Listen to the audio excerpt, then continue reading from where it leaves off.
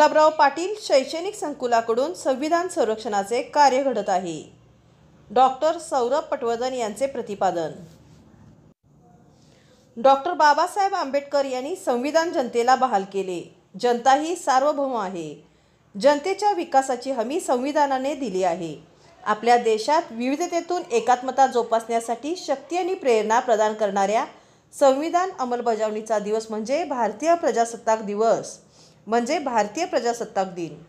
गुलाबराव पाटील शैक्षणिक संकुलात पृथ्वीराज पाटील हे संविधानाचा सन्मान करणारे विद्यार्थी घडवत आहेत, असे उद्गार डॉक्टर सौरभ पटवर्धन यांनी काढले. यावेळी गुलाबराव पाटील मेमोरियल ट्रस्टचे संस्थापक चेअरमन पृथ्वीराज पाटील म्हणाले, बंधुता, समानता आणि स्वातंत्र्याच्या विचाराने प्रेरित होऊन उज्ज्वल भारत घडवण्यास कटिबद्ध होऊ.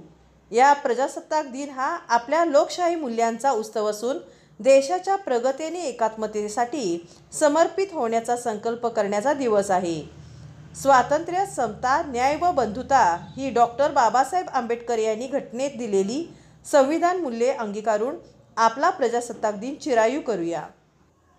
केम्ब्रिज स्कूलच्या प्री प्रायमरी विद्यार्थ्यांनी केलेली विविधतेतून एकता दर्शविणारी वेशभूषा आणि एका चिमुकल्याने महात्मा गांधी वेशभूषेत लावलेली उपस्थिती सर्वांचे लक्ष वेधून घेणारी ठरली.